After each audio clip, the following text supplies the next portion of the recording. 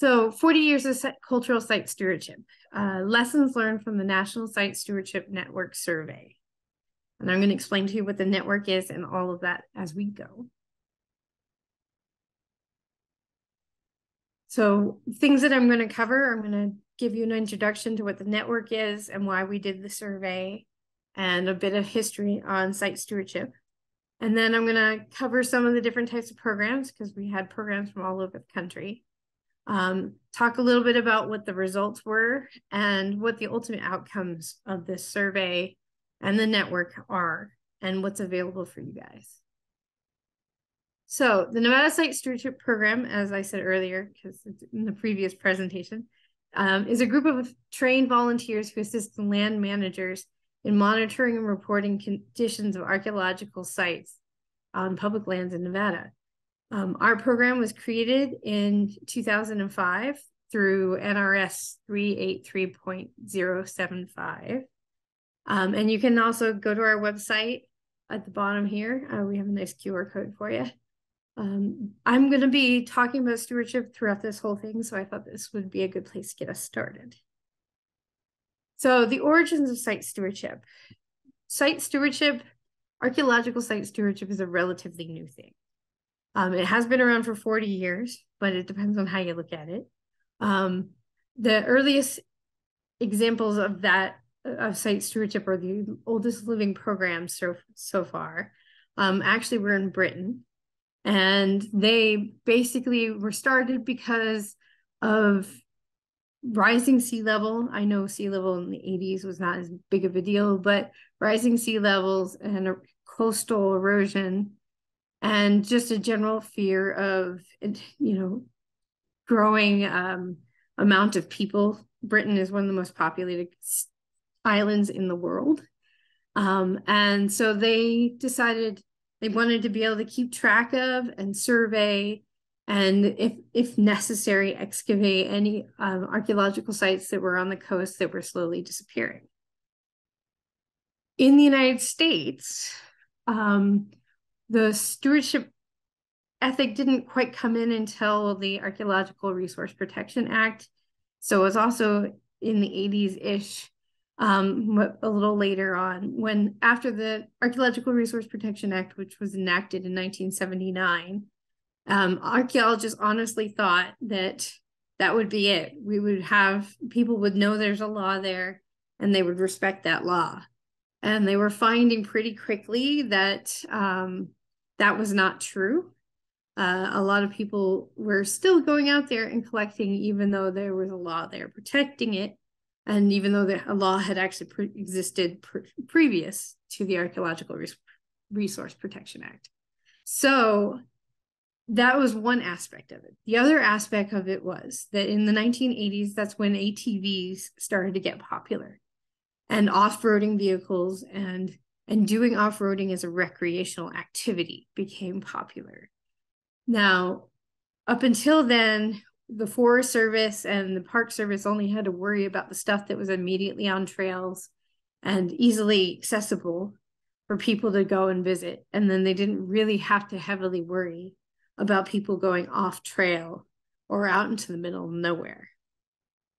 This changed as these different outdoor activities started getting more and more popular.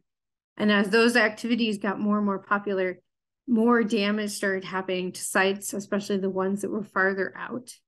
And it also became more available to people to be able to get to those sites, especially looters. And so there started to be some bigger looting groups than there had been in the past. And the Archaeological Resource Protection Act was not solving it. So a lot of different states developed stewardship programs, not necessarily at a state level, but at local levels, as people began to realize that these important sites were there, but they were not protected, and there wasn't anybody really to protect them. So this is kind of all the things that kicked it off. I'm going to talk more about climate change and more about recreation as we go along, but these are the kind of driving factors. The Site Stewardship Network is a group of stewardship program managers, site stewards, and public archaeology professionals that are working together to promote cultural site stewardship nationwide. The reason why I bring these guys up at this point in time is that they are a network of all the stewardship programs that do exist in the UK and in the US, or as many as we could possibly get. And they're a network trying to work together to improve how we do things. And they're part of the driving force for all the surveys and stuff and information that I've collected over the last couple of years. So let me tell you about the National Site Stewardship Survey. Several years ago, when I first took over the Site Stewardship Program, it actually was 11 years ago, things were changing in the stewardship program. We needed to change how we structured things. My regional coordinators didn't want to do as much of the work as they were doing previously. And there were a whole variety of other data issues because we were starting to develop a database and we wanted everything to be cohesive and similar across the whole state. So I had to learn about stewardship programs as I was creating this, or as I was working on the stewardship program, and learn about how different techniques worked and different organizational styles worked and what would work in Nevada. And so we actually completely restructured the program. But part of that restructure was a survey of all the programs that I knew about in the Western US. And that survey, which was done in 2014, led to a paper at the Society for American Archaeology, and then ended up on the web. And years later, when we started forming the National Site Stewardship Network, somebody read it and decided that we needed to do a bigger one, but on a greater scale. And so this became our National Site Stewardship Survey. And I didn't realize when I said, hey, I'll help you out with that it was going to actually change my life and it's going to change the lives of all my stewards. So the National Site Stewardship Network Survey, which was in 2002, was conducted by myself and Sarah Miller, who is the Florida Heritage Monitoring Scouts Coordinator. And we basically interviewed 33 programs, asked them 45 different questions on SurveyMonkey. And then we interviewed 21 of those programs, the program managers. And we asked them all kinds of questions about how their program was structured, how their funding went, what kind of trainings they did, how did they do information management, and then a bunch of questions on how did they get started and what were their biggest lessons and accomplishments. And then we even asked them a couple of questions about how they survived through COVID, because some programs did well and some programs did not, and how all of that, how they are working today. Some of the programs that we interviewed are no longer active. We wanted to know why they were no longer active. Some of the programs we interviewed are just starting. They're just starting to build what they're doing. And we wanted to know more about, what they were building and how they were building it. One of the things that Sarah and I realized when we were interviewing everybody, if you look down at the bottom here, the program types, was that not all the programs were stewardship programs in the way we think of it. That didn't mean that they weren't great programs. There's pretty amazing programs I'm going to bring up as I go through here that aren't technically stewardship programs, but are really cool. So the definition of a cultural stewardship program became part of what we were doing. And we basically realized that is a program that utilizes trained volunteers to regularly monitor archaeological sites and contribute site monitoring data. The regularly is a key thing because there's a lot of programs where they go to the site once and they record it, or they just check on it once. And so those kind of programs we didn't really classify as stewardship. So on the bottom here, you can see that we ultimately ended up with 3 UK stewardship programs, 21 US site stewardship programs, 6 other volunteer programs, and 3 tribal monitoring programs. Now, before I go any further, as much as tribal monitoring is an amazing thing and is very worthwhile for the tribes, it is not actually a stewardship program.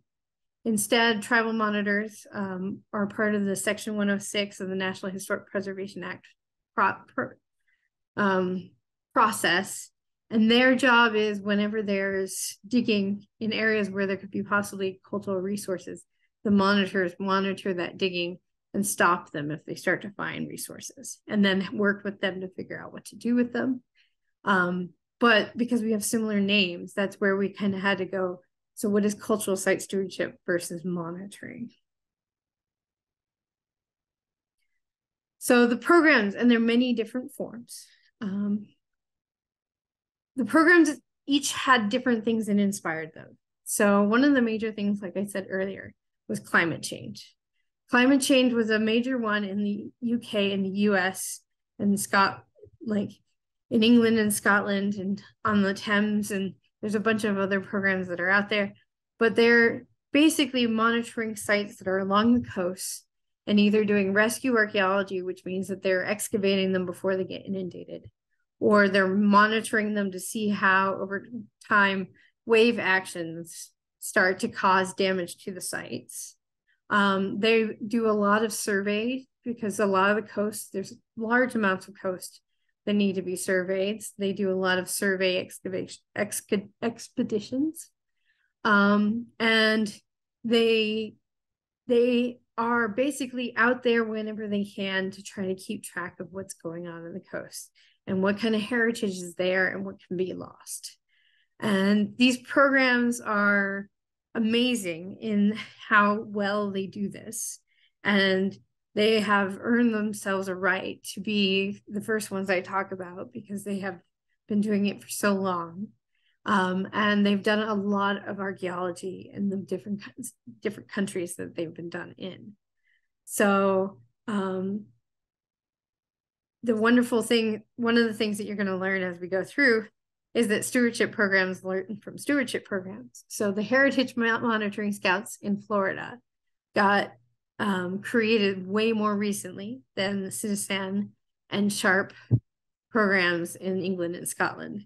But Heritage Monitoring Scouts was based off of the other two programs because they were realizing in Florida that they were losing sites as much as they had been in the UK. And they decided that they needed to do something about that. The Heritage Monitoring Scouts also do a whole variety of other things, but climate change is a major aspect, and sea level rise is a major thing that they are trying to monitor. So even if you don't believe, because some people don't, in how climate change is being caused, there is definitely sea level rise and damage to sites. Other aquatic related programs include Diving with a Purpose, which is based in Florida, is entirely a African-American group who does amazing job. They go out, they get asked by land managers to go and look at their underwater resources and do site condition assessments of those underwater resources. And now they are being asked to do this all around the world. They have some amazing stuff that they have managed to do. And if you ever want to go and try to do something like this, they have a really good program. STAMP, which is an entirely different type of program, follows shipwrecks. So what happens is whenever the shipwrecks happen, they will go and they will tag all the pieces of the shipwreck. And since we have a lot of places have non-collection policies when it comes to these things, what they were doing is they actually put a little geotag on there. And every time one of those pieces washes up on shore, somebody just needs to take a photo of the geotag and send it, and suddenly they can track where that stuff is washing up and how it's going through different areas. We talked to the guy from Virginia who is trying to start the STAMP in Virginia. There is an active one in Florida. And in Virginia, he was telling us about how stuff was washing up through the rivers. So it would have been at the coast and it was washing up. And he was like, that's really weird how that stuff is happening. He was also talking about different ship like wrecks that have actually been washing down, and was showing us geosurvey of where all these things were. So maps and stuff showing us where these things were traveling. And he's talking about how they could study how the different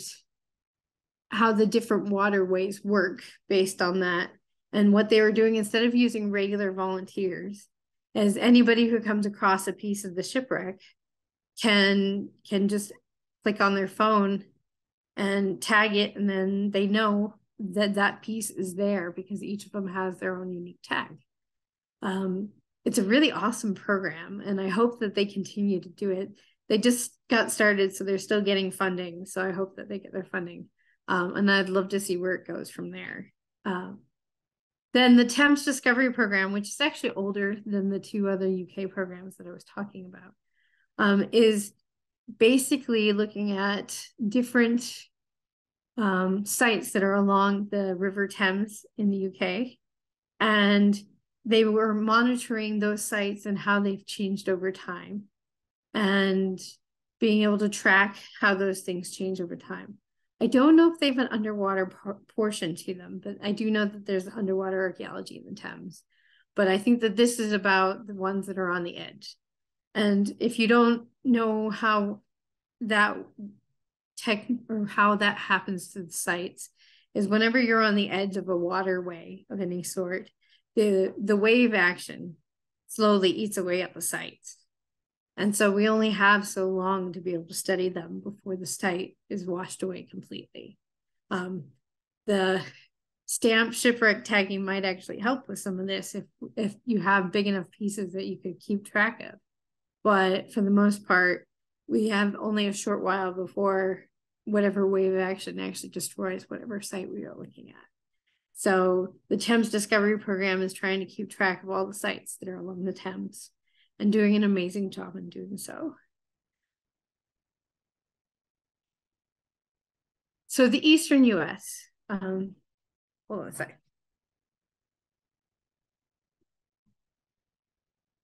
So in the Eastern US, a lot of the programs, each of the programs has their own unique way of doing things. We're gonna look at VAMP first. So VAMP is a volunteer archaeological monitoring program for the National Park Service. And they are, hold on, I have notes so I can read these to you. Okay, I can't find it. It's okay. So they work mostly in, like, I think one of them was Jefferson's home, and a variety of other major, like Eleanor Roosevelt's home, and various other places like that that are part of the National Park Service now, and need monitoring, both for the stuff on the ground as well as for the structures themselves. And so the National Park Service got a whole bunch of grants to be able to put together a stewardship program that would support these different parks throughout northeastern of the US. And so they each of the parks is their own program, in the way of they set it up so each of the parks is running their own thing. But the point of it was to try to get a bunch of these parks to have a volunteer base that's jobs were to monitor and record any changes to these areas, and to slowly make a record of how these historic places change over time. And the program, the funding for the actual training and all of that, the setting up of the program has run out, but the parks themselves are continuing to support this and continuing to run these programs. Now, the Tennessee Valley Valley Authority, which takes up a whole bunch of different states besides just Tennessee, it's the Tennessee River Valley, created the Thousand Eyes program. And the Thousand Eyes program is a program that also monitors the cultural resources that are throughout that area. And I had it all written down somewhere. I apologize for doing. So it's a very big program. It's multiple states, and they have people monitoring the different resources that are along that waterway and keeping an eye on how those resources fare over time. A lot of different activities are going on in those different places. And I really feel like I'm just gonna have a quick look to see if I can figure this out really quick. Okay, no, I can't get out of this. Oh, there it is. Okay, I'm gonna read you this because I want to give you the actual information. So, Thousand Eyes program, the staff conduct cultural resource presentations and field trips in the different communities within the Tennessee River Valley that have trained them to have the opportunity to monitor sites out there. And then they also do a lot of education, and their main thing is to do, it's not an active volunteers active all the time, but they're more active as in once they've been trained, they're just general public who can go out again and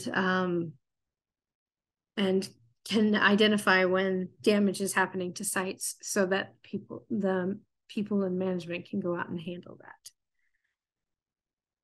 Okay. So of these programs, some of the oldest programs and largest programs are more in the Western states. So we have Arizona, which is the largest program, Nevada, which is the second largest program, and Texas, New Mexico, Texas, Utah, and Wyoming. I'm going to talk about Texas next. So Texas Site Stewardship Program is different from the ones in the Western United States in the fact that most of Texas is private. And a lot of the programs that we've talked about so far were on public lands of some sort.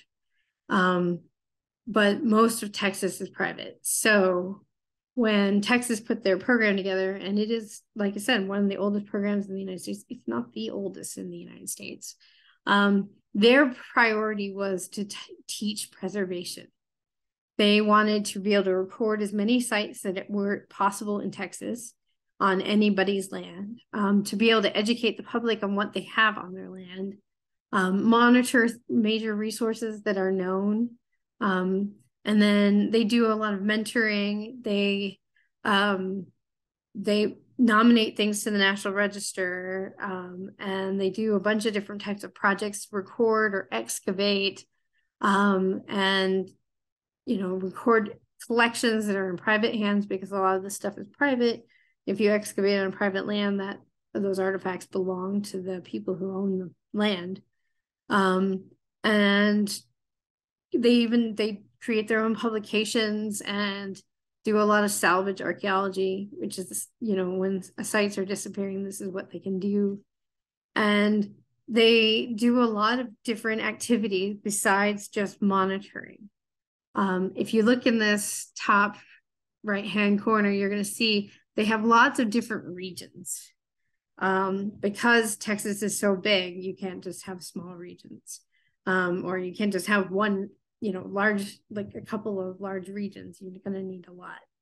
And so they have lots of different regions, and each region is kind of managed unto its own in the way of, they do have a site stewardship coordinator in the state level, but then they also have regional people in charge that will help out with the regional activities that are going on related to archaeology in Texas.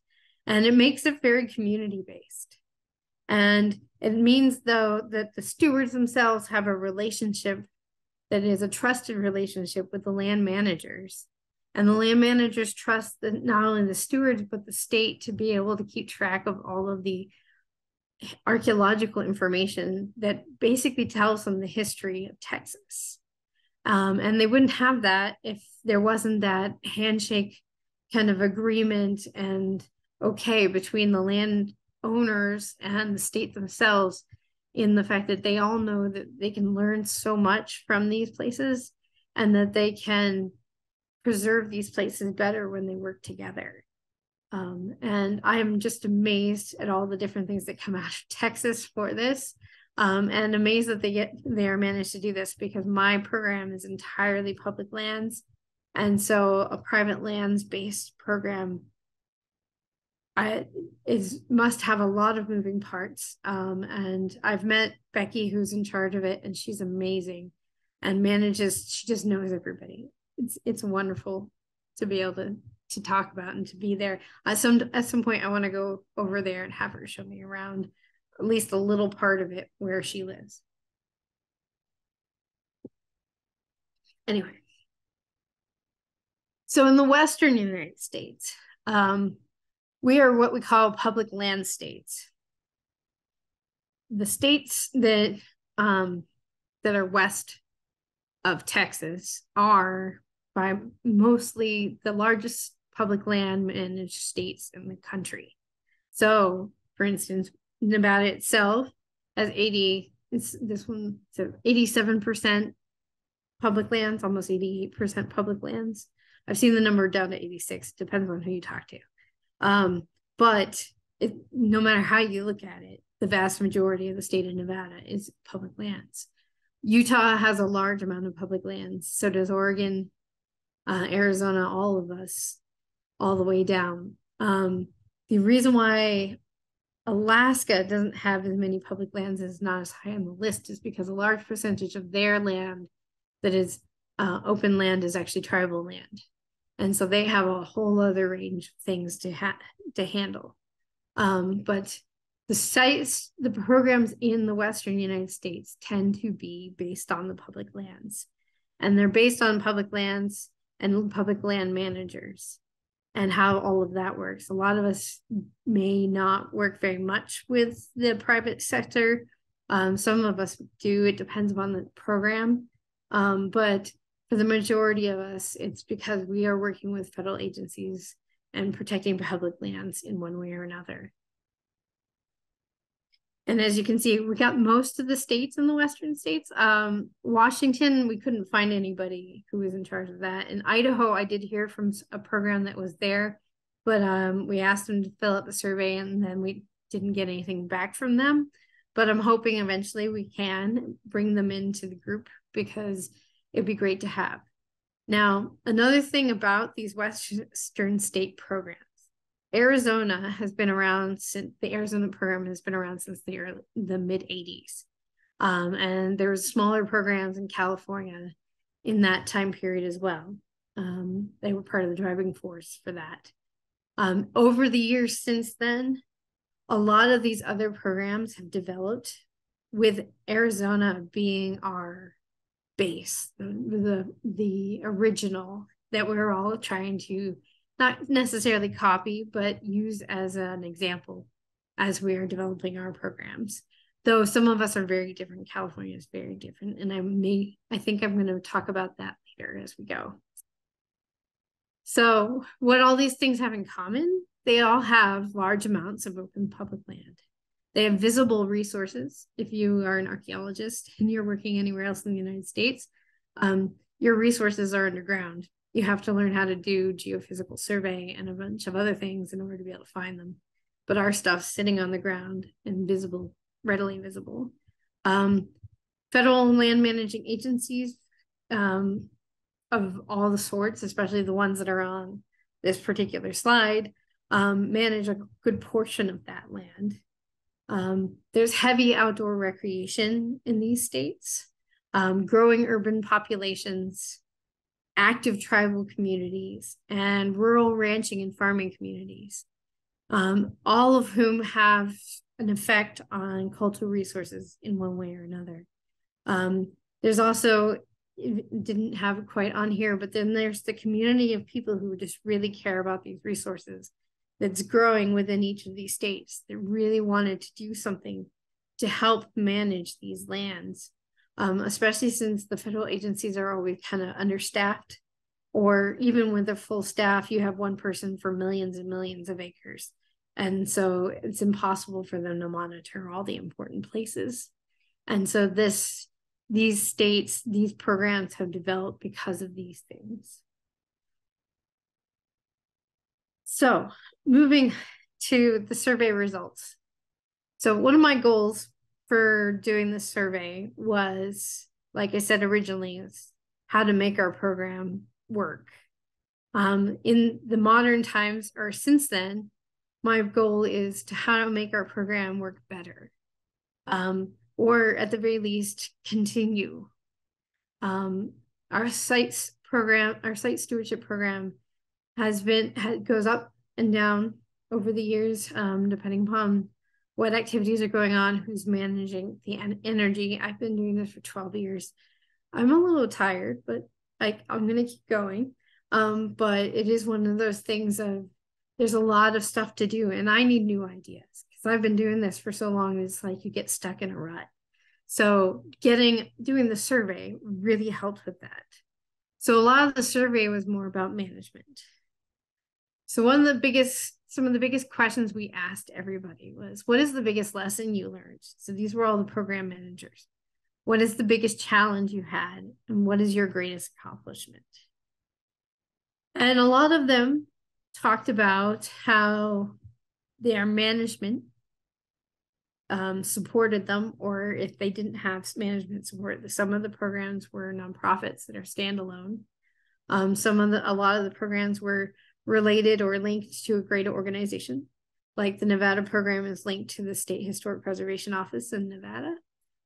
And so that was a major aspect that would help them survive.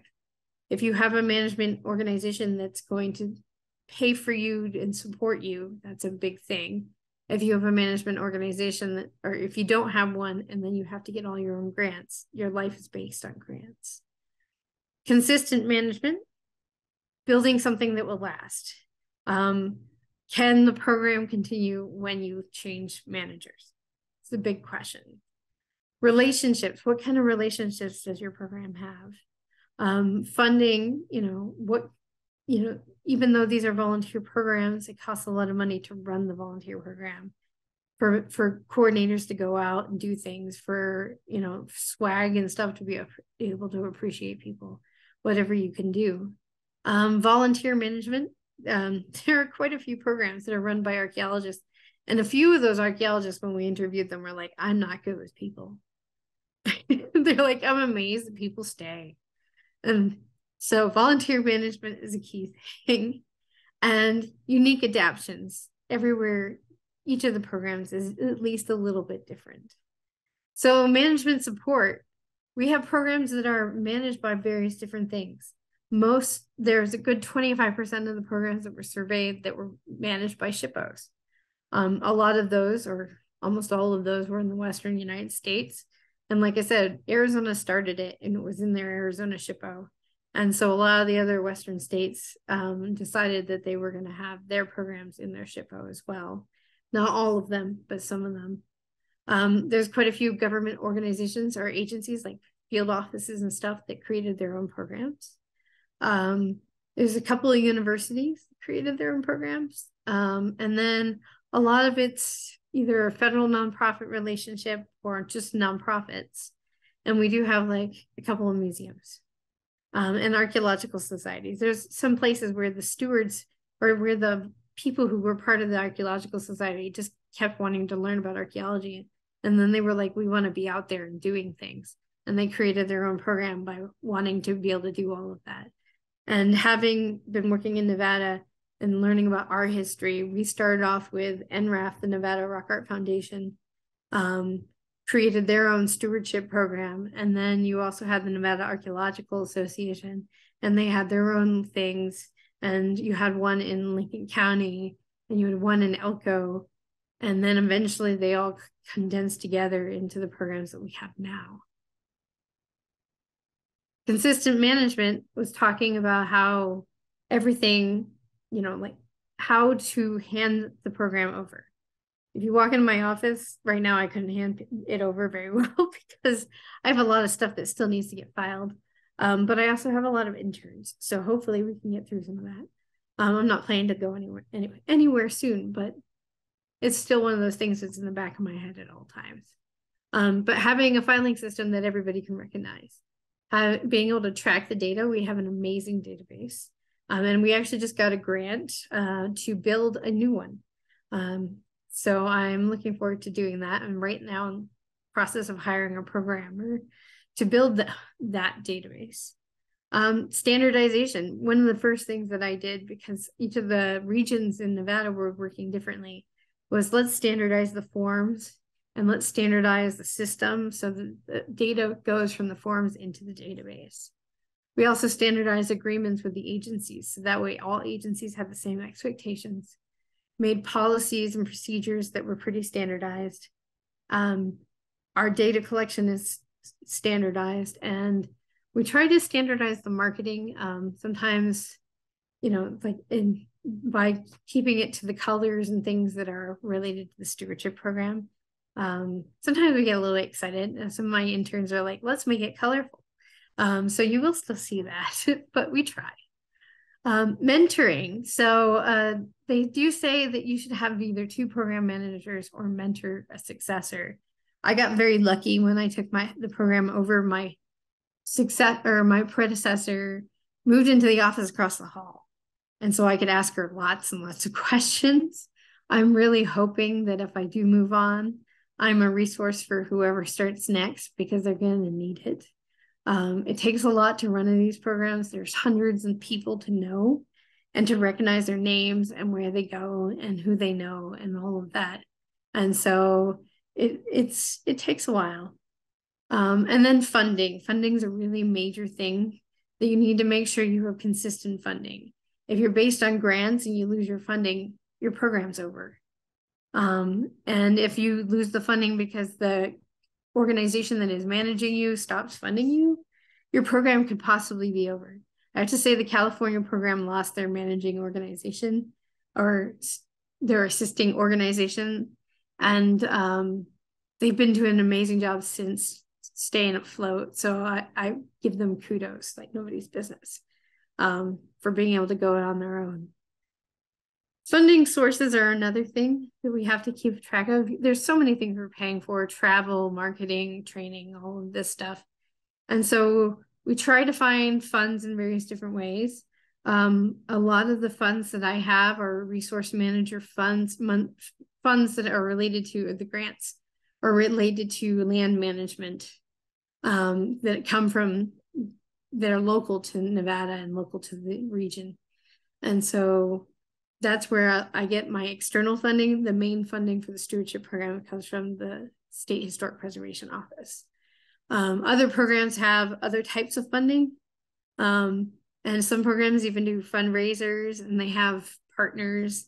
And yes, bartering is a thing. If you have never noticed, whenever we have an event, it's at a really cool place, and I don't pay for that. I do it by either saying, I'm going to give a talk to that organization, or we're already stewarding for that organization. It's kind of a, quiet bartering of, hey, you do this for me and I'll do this for you kind of thing. But it keeps our program going and keeps things interesting.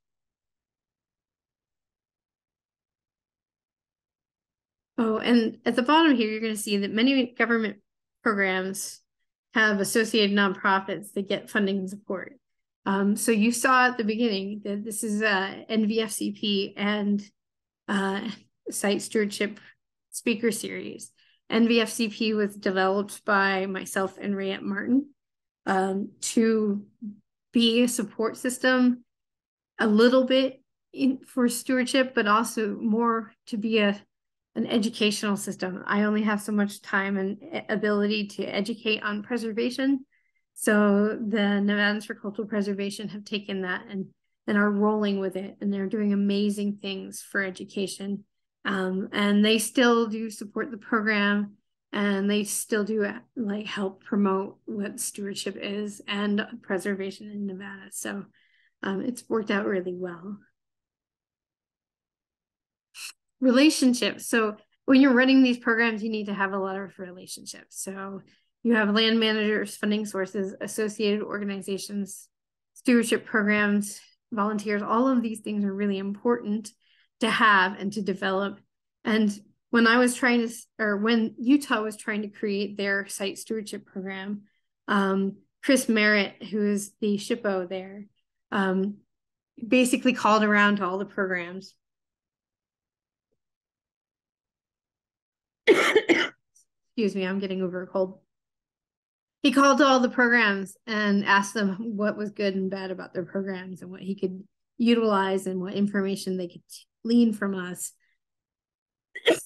And if you look at this, the Utah Site Stewardship Manual at the end, I think it's at the end, it might be at the beginning, I just remember reading it. There's an entire thank you page to all the different program managers and programs that supported them developing theirs, because we don't start in a vacuum. And these relationships are super important for us to be able to continue and to build our programs and make them better. Volunteer management, it's really just good for one of the things that I realized, like I said, there's a couple of programs that are being run by archaeologists who are not volunteer coordinators. There's a couple of programs that are being run by volunteer coordinators who are not archaeologists. The biggest example is Arizona. Sean does not, he's a volunteer coordinator. He's really good at it too. He's really, really good at it, but he's not an archaeologist. But that doesn't stop him from being able to run a program like this. It just means that his stewards get a lot more attention because he also works directly with the archaeologists on a regular basis. So there's no neglect on that level. The same thing goes for Utah. Ian's not an archaeologist, but he's surrounded by them. Things like that, where they know that the volunteers are a huge part of running these programs. We want to preserve the resources, but we can't do that without people. And then people won't stay unless you take care of them. And the key things that people, like, we did a survey a couple of years ago when we did all our volunteer agreements of all of our site stewards. And the key things that they really wanted was time with the archaeologists. They want to have time working with the archaeologists. They want to work with them on projects. They want to have that interaction and experience. They also want to feel like they're assisting the programs. They don't want to feel like they are doing something and nobody cares. They want to be kept up to date on things. My steward probably got an update today on some of the different things going on. They want to receive supplemental training. We do skills trainings and things like that. I'm working on a bunch of different projects for you guys that will bring new information and new technologies, or even just a new perspective on things. And they want to work on projects and have opportunities to socialize. I'm working on that one too. We'll get there. I know that needs to happen more. But all of these things were something that really came out of talking to the program managers, because they were saying the things that they want, the key things that they wanted to be able to do is do more of these things, or the things they felt like they did the best was doing more of these things. So it was really evident in the survey of what, of what the program managers should care about and feel important. Now, unique adaptations is looking at each of the programs and how they make themselves different than the other ones. What is important?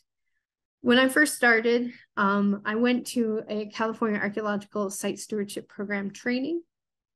And I was at that training and I just attended like a steward would. And though they knew who I was, but I attended like a steward would. And then at the end, I sat there and talked to Chris and Beth, who were running the training, and talked to them about how their program was different than mine. And one of the things that they do in Arizona, or in California, that we don't do, is their stewardship program's main thing is to train site stewards. They work with the agencies to set up a training, and then they do the training, and then the agency runs the program from there. In Nevada, we work with the agencies to do all of that, but we continue to manage the stewards after the training is done. In California, they charge their stewards to go to the training. Now, all of that money goes to hats and food, so you get catered food, and various things like that. Like, then none of it goes into their pockets. It all goes into the stewards in one way or another. But they do that so that way they can ensure that people will attend. And one of the things I realized is in Nevada, there's a lot of communities where they can't afford to put $20 down to come to a training, but they really want to come. And so I'm like, we couldn't do it their way. But they are very successful in their state. Their state had a lot of the people there do have the funds to be able to do that. And what their trainings are amazing. And they have people who are like, I'm just going to go to another training because I just really enjoy doing the trainings and learning about those different areas. So if you are in California, I highly recommend checking out this California Site Stewardship Program. Midden Minders is an entirely different thing. Midden Minders in Maine is actually looking at prehistoric middens that are along the seashore. And what their job or what they do is they basically just focus on the cultural resources of middens on the seashores. And they don't branch out from there. And their job is just to record the middens are there and how they are slowly being washed away. And they just keep track of that. And it's a very focused program, but they seem to be very successful with it. And if you're ever in Maine and you want to try to do a program like this, that I would recommend that. They have some really good training programs. I was looking at their resources. And then, like I've talked to you earlier, in Texas, the Archaeological Site Stewardship Network in Texas is entirely based on private land and private land managers. And it is a very different thing than those of us in the Western states. But they are able to do so many different cool things, like in each of their regions. There's so many different activities going on. It is really its own unique thing for their own specific communities. So in summary for the results section of this, management support has a lot to do with long-term funding, manpower, keeping things going, ensuring longevity in some of that way because their management organization is doing that. Consistent management is weathering change. Funding is diversify your funding kind of thing. If you have diverse funding, then you can weather through when losses in funding. Developing relationships is super important. And creating unique adaptations for your own particular area. Now, that was not the end of the thing. That was the end of just talking about the results. We have outcomes. So these things are a little more active. So first, looking at why is all of this important to Nevada? Well, it meant that I wasn't alone. Now I talk to 20-something different program coordinators whenever I have a question to ask. We just send an email out. Does anybody know about this? Does anybody have this volunteer agreement and how do they use it? I mean, it comes down to all of that. We get to learn about how different programs are funded, and we can give each other ideas.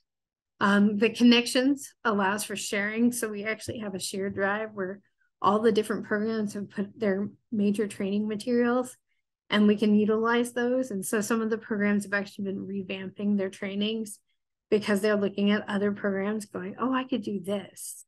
It's been really neat on that level. We did a little bit of that when we created our new manual, which we are almost done with. There's only one aspect of it left.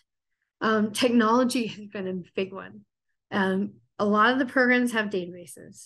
And a lot of the programs we all have to do the same kind of RSVPs and sending out mass emails and creating marketing materials. And so we've been sharing what kind of organizations we have. For all the stewards who just got your monitoring report or volunteer agreements, you got a thing about our new online system where you don't even have to log into anything. You just go to the website.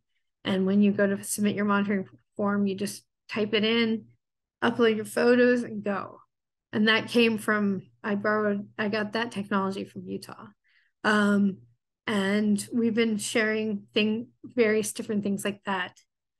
So we're slowly learning from each other, and that has been an amazing aspect of trying to do all this and building these relationships. Communication, like I said, we can address issues across state boundaries. There is a website out there that basically tells everybody where sites are in the Western United States. And unfortunately, the way that they go about it is a way where we can't actually, until somebody starts looting those sites, can't do much about, but we all need to be aware of. So it went out on the grapevine, hey, has anybody noticed that this site exists? And then the rest of us go, okay, they've got some of our sites on there. They've listed some of our unique resources. And each of us going through are these resources we're going to be worried about or not? And what's going on with these? So the fact that we can now communicate across state boundaries means that we can share information that we never could do before. Education, like I said, we're copying each other's educational tools. There's going to be, I think we're trying to get a grant to do a whole bunch of videos and things like that. So you might be seeing those in the future. And lessons learned. I've learned a lot about what I should and shouldn't be doing, or how to better teach, or how to better share stuff with you guys. And I'm trying my best to try to integrate some of that stuff with you. Other opportunities have been our workshops. We've done 2 so far, and we're planning to do another one in the future.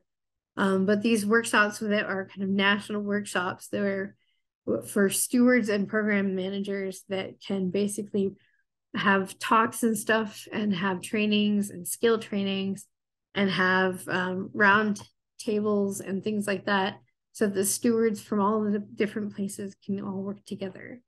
An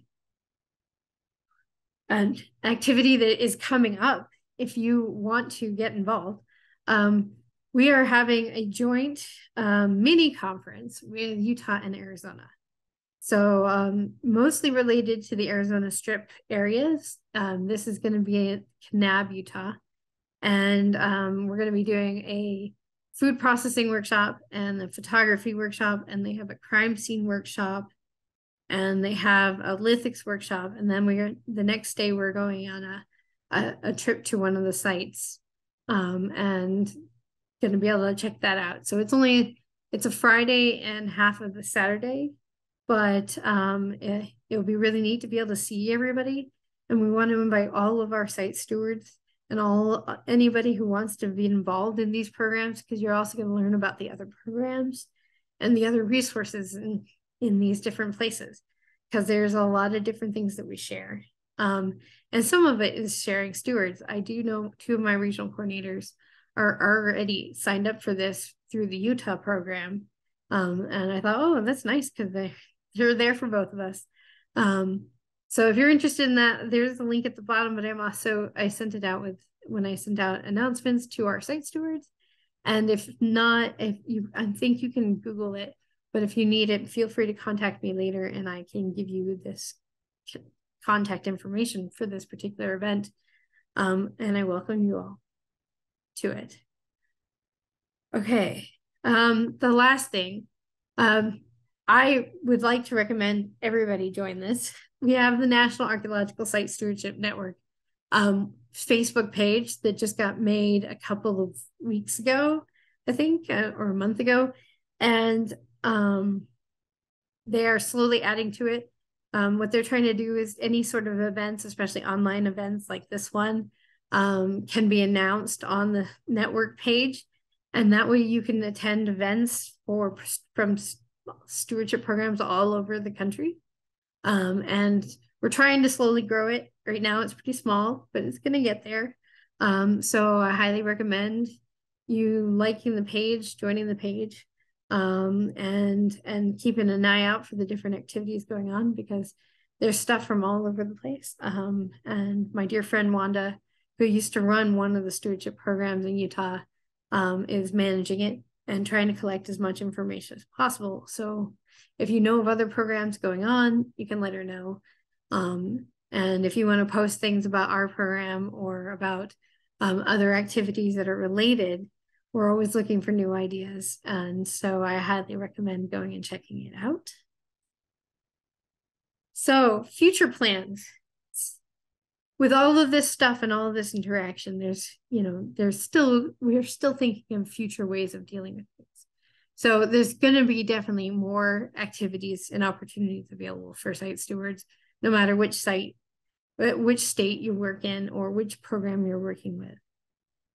Currently, Sarah and I are working on a technical brief. Now, the National Park Service technical briefs are kind of how-to guides on how to run certain things. And there was one that was done in 2009 that was about how to run a site stewardship program. But ours is going to be talking about how to do it in the modern age with social media, with databases, with marketing tools, with all of these things, climate change, stuff that wasn't addressed back then, but is now becoming a very integral part of how we function. Then we have the webpage highlighting all the programs that the National Park Service is they're going to try to put one up, as well as I think that the network is going to try to create one, but we're not quite there yet. So eventually there will be one where you can just click. We're hoping to be able to get videos and stuff, so that way you can click and see a video about each of the areas and see all the amazing resources and stuff that they have, and learn about the different programs. We have on a monthly basis, I think it's the second Tuesday of every month, there is a group that gets together online on Zoom, and we talk about activities that are going on. We talk about if any of the coordinators have things that they want to solve, the stewards have questions. We get to learn about other public archaeology programs that are out there. It's just a community-based thing where we're trying to just keep an open line, an open opportunity for us to be able to talk about things. And that way, when I've got issues I'm trying to figure out how to come up with new skills to be able to teach the stewards, or new training styles, other coordinators can give me suggestions on the fly, and that really is very helpful. We will have more collaborative projects. I perceive the thing that we're doing with Utah and Arizona leading into more. I also have been talking to the Arizona Site Stewardship Program about sharing stewards and doing like mini trainings where we can train up the other programs' stewards, so that we can just cross state boundaries, especially for people who live along state boundaries. Some of you guys, I know I have stewards who did the full trainings in both states, but this will be trying to get more people involved, because there are states, like especially in Lake Mead, where we used to be able to cross the state boundary in order to be able to monitor it, but we can't anymore. But we have stewards who are like, I have one that wants to do kayaking down the river. So it's like, which state is she volunteering in?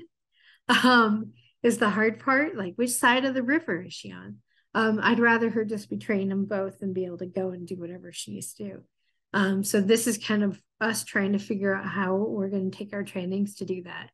But it is an ongoing conversation between the two of us on what we're going to do with that, and then maybe expand it from there.